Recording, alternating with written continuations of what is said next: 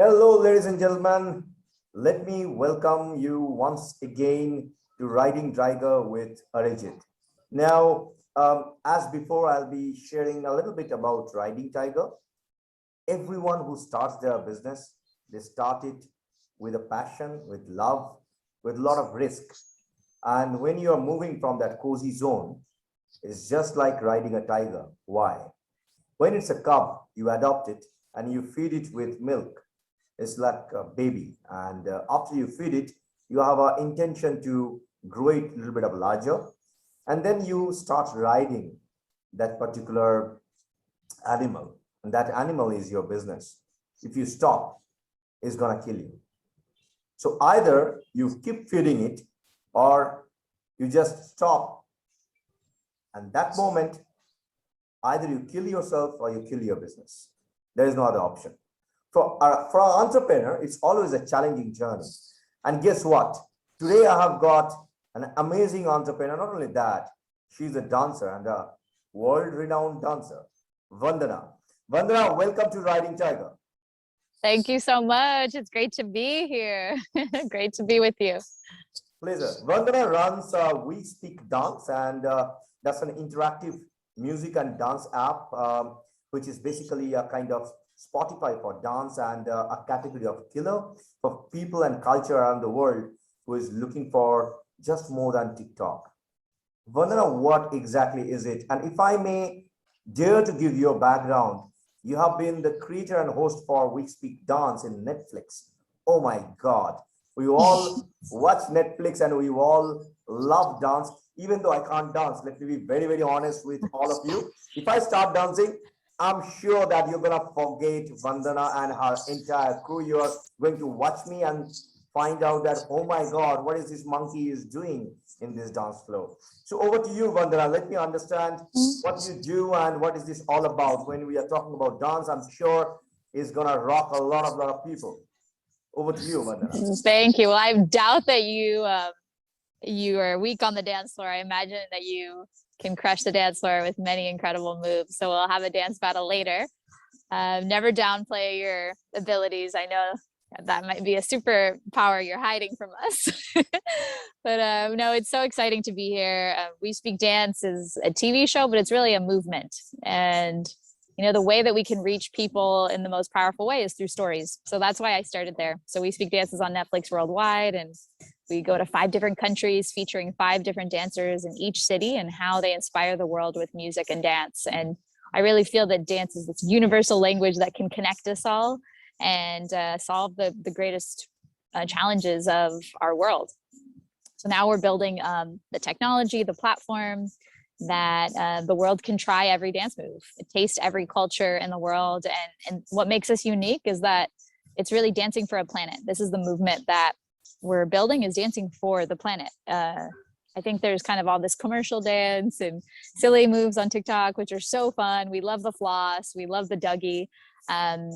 But really the birthplace of dance is, the soul and community and connection. And we don't want to lose the essence of dance culture. And I think it's really times that the earth is looking for new ways to organize itself to do it with dance. And I think our dance leaders around the world really inspire us to be the best versions of ourselves, to be in our bodies, to be fearless, to try new cultures, try to have the experience, the mindset, and share our hearts with the world. So this is really what a dance leader does, and this is what the We Speak Dance movement supports. So this is what we are.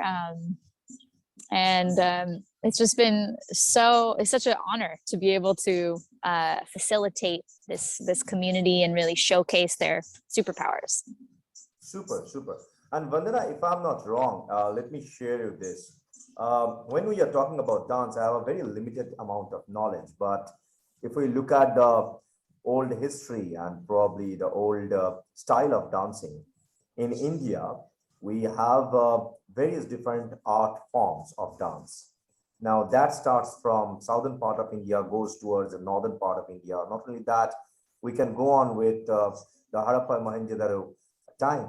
And from that time, probably from the beginning of humankind, we had arts, dance, and speaking ability. Then we started learning how to write, and probably then the technology evolved. So dance is a form which is pretty old in the history of mankind. Talking about the same, I'll just share with the entire audience. If you look at one of the gods called Nataraj, that's a symbol of dance from Sindhuism. Nataraj is actually a combination of Lord Shiva and Parvati. So Lord Shiva have got 64 different kalas, which is the extreme elemental strength of any god or goddess. And dance is one of the kalas. Talking about the same, Vandana, you are dealing with one of the superpower, and you already mentioned about the same.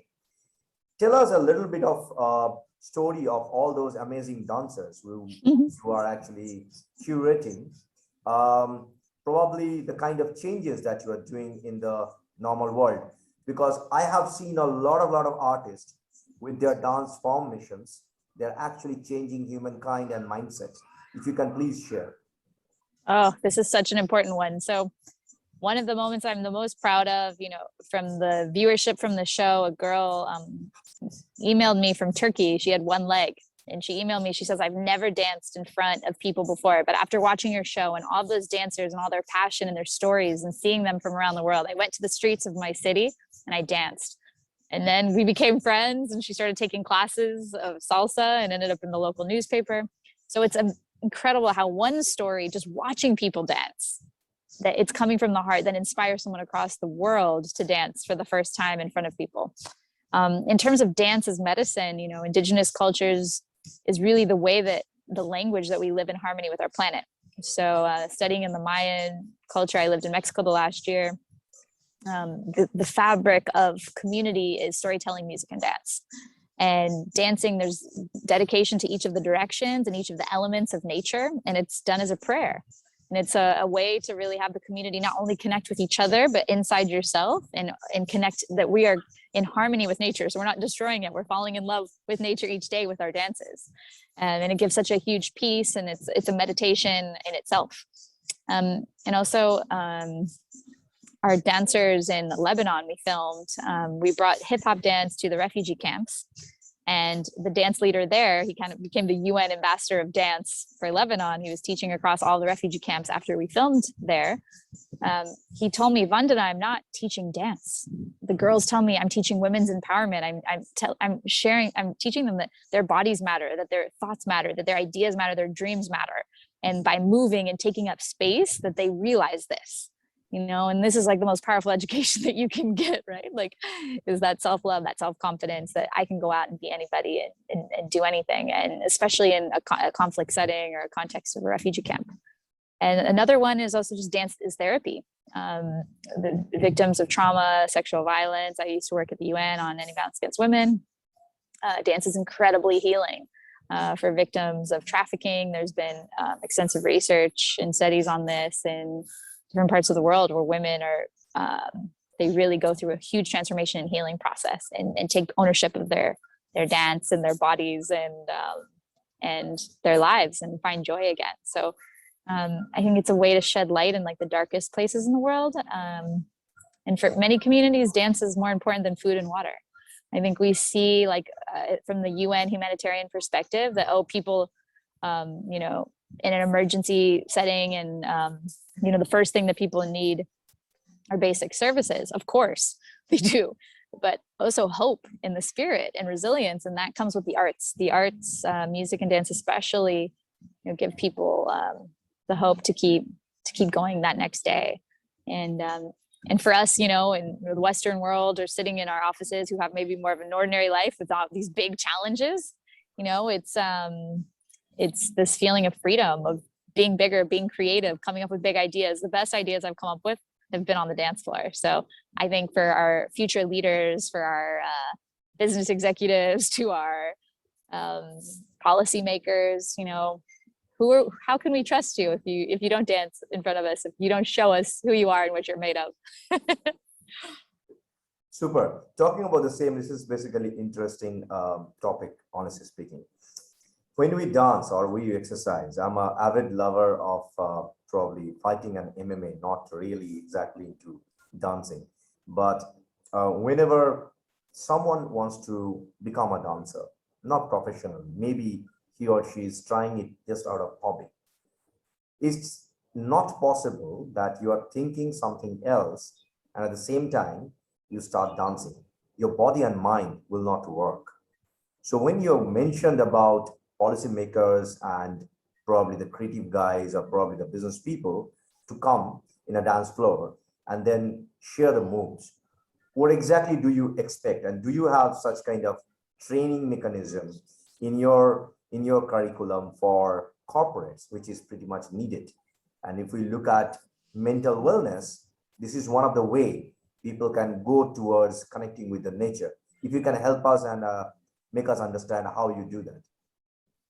Definitely, this is such an important point. Thank you for raising it. The mental health narrative, like dance can work across all spaces, but mental health is one of the biggest ones. And I think with this, all the stress, working from home, the fear and uncertainty that our world is going through, having a business offer dance and the celebration and unity that can go across cultures, that can celebrate unique culture, but also this oneness. So having movements that we're all moving together, as well as sharing our unique movements from each of our cultures. This is one of my favorite things to share with companies. I've shared at Facebook, the UN, many other spaces for business leader networks, is I can share this personally, but I think what's so much more fun is for me to bring 10 dancers with me from different cultures and regions of the world, and they give that experience and share a minute of their dancing. You get to learn the moves and you get to dance battle each other. And as an office, as a team, as a company, then you get to actually move as one. Because we all talk about, KPIs and what's the vision, what's the goal, what's the mission of your company? Okay, great. But like actually embodying that and becoming that and creating dances with your company together. This is something we will be able to do with our platform and really literally move this world. Super. And you're talking something about connecting the technology into your application. And I firmly believe, and because I'm a technologist by profession and a finance guy, and of course, from the investment world, would love to understand what is your vision, like how you want to give a gift to the world, probably in form of dancing. Maybe is it learning dance, utilizing your app, or is it something giving some lesson and people need to follow? If you can just explain it a little bit, it'll be great. Well, I want people to feel like they're entering the global dance floor. Wow. The global dance floor. And what does that feel like? You get to see, like Spotify, all the different musicians, but in this case, you get to see all these dancers from around the world. And there are superheroes. There are superheroes, not just because they look amazing and they have amazing outfits and they're doing these cool moves. No, they're superheroes because they're the ones that are the most inspiring locally and globally in shaping the culture of the world. So we want to invite you to real dance culture. And that's an experience in classes. That's 1-minute tutorials where you get to try and mess up every move and laugh at yourself and share those videos. And then that's also where you have the opportunity for those dance moves every time you dance, that it links to a cause. And this, the tokenization, gamification of this is something that we're very excited about designing to really take people on the ultimate dance journey. And this is missing. I don't see it in the market. Is the learning, but really the experience and the immersion in the dance culture, and then linking it to the planet. Imagine, again, for mental health, your son or daughter like spending all day on TikTok and you're just like, oh, or like video games. But what if like you knew that your son or daughter were dancing and that each time that they danced, it made an impact in the world? Those points, those tokens went towards the cause that's connected to that community that's sharing the dance. So I think integrating the storytelling, integrating the culture, integrating the coolest dance moves in the world, and inviting everyone to that biggest dance floor is what we're shaping, designing, building now. Wow, super, super excited. You know what? In Apple, there is a option. It's basically by default kind of a small, cool app, which actually enables users in augmented reality to have steps. It's a basic dance steps. So what I feel, we can always create a gamified model for that kind of application where people can experience it either in VR or in AR, or maybe with simple video with a specific tutorial mode, and people can understand it, grow it. So tell us, Vandana, what are the countries that you are tapping at the moment, and what is your market strategy so that probably our audience, from the audience, maybe somebody will try to connect back to you, maybe communicate with you. But whatever they do, they're gonna give me a high amount of percentage. I'm gonna be your manager. Well, we would love to tour all of India when, possible in terms of the state of the world. I think dance in India and Brazil are probably in Mexico or some of the most important, like the whole nation speaks dance. So when you get to go somewhere where you don't need to convince anyone, but they're already dancing is quite cool. It's not content if it's not dance for many places in the world. So India, I think, is like one of the top leaders of that. So we would love to do things in India. We're also creating this experience where we speak dance experiences in specific countries, and we film an episode there, and then we'll do launches of the app. So it's this kind of 3-part approach with our go to market, and we're doing that in some countries in the Middle East. So so this is kind of, it's similar to the UN. When I was there, like countries would invite us to, because they heard about our work, so they would want to be part of it. And I think that's kind of what We Speak Dance does, is like which countries want to be part of, which cities want to be part of this and show off their dance moves, put on these incredible experiences, and be part of a global movement that's shaping the world with dance. Wow, super, super. You know what I'm thinking aloud about the entire structure that you have created. This is so structured and specific. And I feel that from kid, probably from children to kid to adult, anybody and everybody can opt for it. And probably we can go for a competition, we can go for a corporate communication and then partnership, probably grow it bigger. Talking about the same, I'm gonna shift it a little bit because our conversation is going towards a lot regarding business. I want to move towards your personal life instead of only business. Vandana, tell me, as a woman, when you travel, and when you travel as a creative content maker, I lost you somehow. Yeah. Oh, When I'm you, here. okay. When you travel as a creative content maker, what are the challenges that you have faced in your early life? For an example, when you started your journey, I'm sure you have faced a lot of issues as a woman.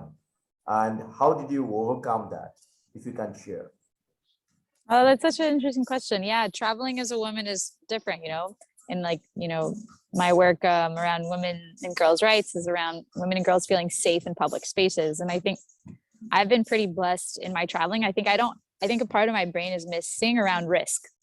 My father would drop me off at school every day and say, go take a risk. So I think I had a really unique philosophical upbringing that was like embracing challenges and risks. So, I'd be, dancing in the Congo somewhere, or dancing in South Africa or Brazil or Japan or New York at, 3 a.m. And of course, like some of those contexts, I would have fear if it was at night. But I think that part of it is also attitude and like, hey, like, I'm a powerful woman and I'm taking up this space. And I think that's what I want to embody for other women and girls, to feel that they're important and powerful and they can take up space. And sometimes people interrupt that experience. And I've been lucky to have it happen at small scale, not at large scale, where it hasn't like traumatized me too much. But I think the whole like inspiration for me to create We Speak Dance is for like every woman and girl in the world to be able to dance free in the middle of her street and not be judged, and just to be able to do that in every city in the world. And I think that's the fullest expression of empowerment and celebration, is women and girls being able to just dance in the street. And that's when I think society's doing it right. That's when culture is working. That's when humanity is leading with love. And so I guess there's been lots of little challenges, but I've never let those get in my way. My mindset has always been keep dancing, keep moving, keep growing, and not giving too much power or energy to the small distractions that try to get in your way. Amazing. Vandana, if I'm not wrong, you actually dance from heart, and that's your surname. uh, even though the spelling is different. But to be very honest, I've never ever seen you are not smiling. You are ever smiling woman. What's the secret of your happiness? Wow, that's a great question. What's the secret of my happiness? I think it's just who I am. And I think when you connect with who you really are, then you're going to find some explosive bliss there. When I'm trying to be something else, I'm super frustrated, you know? And like when I was 16, I had tried to be with the cool kids and like dress a certain way and do my hair a certain way and like fit in, and I was miserable. And then, you know, with the UN, I tried to like be serious and like not say what I really felt, and I was miserable. And in venture capital, when I try to fit in anyone else's box, I just but when I just go to the center of who I am and I'm like, this is cool, you know, then I think that really ignites this natural joy that we all have. Awesome. So I'm going to ask you something which is pretty interesting. This is what I call as a rapid fire round. I'm going to ask you I'm going to give you a very simple word, and you need to tell me what comes in your mind. Is it fine? Sure. Love, Shaking and dancing. happiness, Freedom, travel, black, opportunity. black, Black. Stars, life. death, What is death for you? circles, infinity, Woman, beauty, superhero. children. Okay, super. So we are done with this so-called very simple. Am I completely what was my score? It's not about scoring. It's about. No, I know. Okay. Now, if I may ask you, this is what I am asking almost everyone in Riding Tiger. I'm just gonna give you a situation. Just think of a situation that you are all alone in a park, and in that park there is a bench. It's empty, and you want to sit into that bench with someone. So if you want to sit there and talk and share maybe your thoughts, whom that will be and what kind of thoughts you want to share. Ooh, that's a tough one. That's a really good question. I'm a huge fan of Michelle Obama. Just being in her presence. It wouldn't even be so much about the conversations, witnessing her in her presence and all of her glory, and asking her what keeps her going each day, what it's like to be a mother, what it's like to be a leader, what it's like to inspire so many people, and her secret sauce, I think. But I think it's really just being in her presence would be super inspiring. There's other people I'd love to have intellectual conversations with, but the thing that we always remember is how someone made you feel. And I think I would learn a lot from being in the presence of a woman like that. Super, super cool.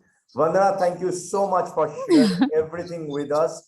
I'm sure that with your presence, with your vibration, with your energy, a lot more women are gonna change their life, update their life, and be in the flow. I knew a lot of women from the various part of the world. Some women, they just sacrifice their life because of their family. Some women probably been through a very negative, impactful environment. They left their career, they left their education. It's needed in the world that women come forward and take the lead. They are already leader.